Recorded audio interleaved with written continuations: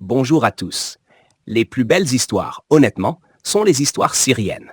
Elles vous font vivre des moments très agréables et je ressens vraiment votre admiration pour ce type d'histoire, comme celle précédente intitulée La fleur de Narcisse. Aujourd'hui, je vous apporte une nouvelle histoire, encore plus belle et merveilleuse. L'histoire se passe dans les années 80 à Damas, en Syrie. Un homme appelé Abu Hassan, surnommé Abu el-Banat parce qu'il avait, par la grâce de Dieu, 6 filles et un garçon. Abu Hassan était un homme très attaché aux traditions et aux coutumes. Il élevait ses filles de la meilleure manière possible. Il leur faisait apprendre le Coran et les inscrivait à des cours religieux.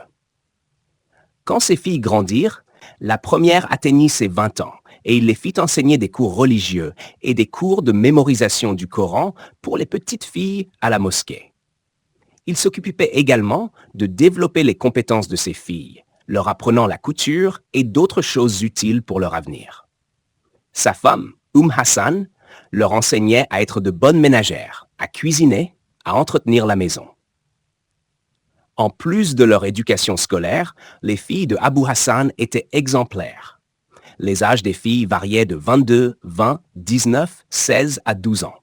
Son ami Abu Shahid, qui possédait un moulin, pensait marier ses 3 fils, Shahid, Jihad et Ammar, en une seule journée. Leurs âges étaient proches, 22, 21 et 20 ans.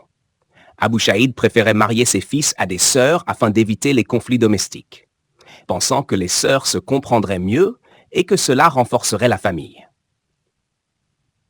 Abu Shahid cherchait donc une famille avec des filles pour les marier à ses fils. Bien que son ami Abu Hassan soit proche, il ne savait pas vraiment l'âge des filles de ce dernier.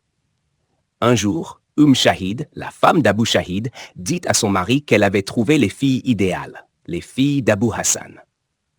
Abu Shahid fut surpris d'apprendre que les filles d'Abu Hassan étaient en âge de se marier. Il décida d'aller parler à son ami. Lors de leur rencontre, Abu Shahid proposa à Abu Hassan de marier ses fils avec les filles d'Abu Hassan.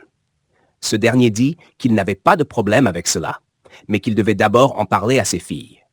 Abu Hassan discuta avec ses filles, Salha, 22 ans, Khadija, 20 ans, et Aïcha, 18 ans, et elles acceptèrent par respect pour leur père.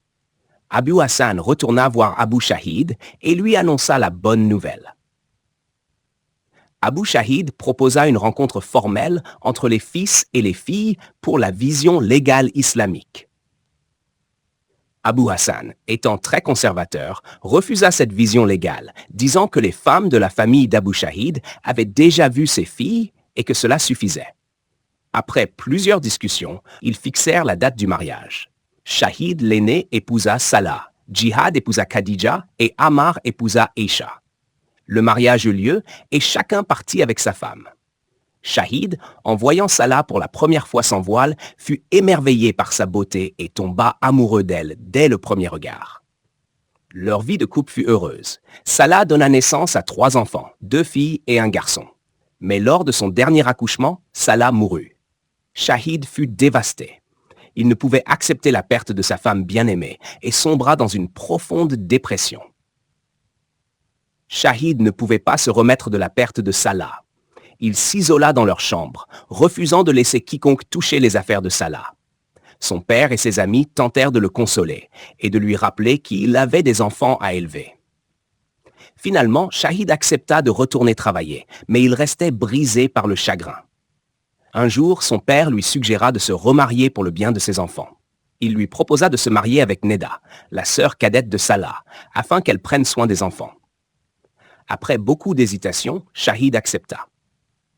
Neda, au début réticente à l'idée de remplacer sa sœur, accepta par devoir familial. Ils célébrèrent un mariage modeste et Neda s'installa chez Shahid. Cependant, dès la première nuit, Shahid fut frappé par la ressemblance frappante entre Neda et Salah. Il ne pouvait pas supporter cette ressemblance et développa une aversion pour Neda. Neda, bien qu'elle fût gentille et dévouée, souffrait de l'attitude de Shahid. Ils vivaient comme des étrangers dans la même maison. Malgré cela, Neda continua à s'occuper des enfants de sa sœur avec amour et dévouement. Le temps passa et Shahid commença à réaliser qu'il avait fait une erreur. Il comprit la valeur de Neda et regretta de l'avoir maltraitée. Il essaya de reconquérir son cœur, mais Neda, blessée, resta distante. Finalement, Shahid alla voir Abu Hassan pour lui demander de reprendre Neda. Abu Hassan, furieux au début, finit par accepter de donner une seconde chance à Shahid à condition que Neda soit d'accord. Après beaucoup de supplications, Neda accepta de revenir à condition qu'ils vivent en tant que colocataires pour le bien des enfants. Le retour de Neda chez Shahid apporta une stabilité dans la maison. Ils reprirent peu à peu une vie de famille normale. Shahid, reconnaissant, fit tout pour réparer ses erreurs. Ils vécurent heureux, avec Neda qui joua un rôle essentiel dans l'éducation des enfants et le maintien de l'harmonie familiale.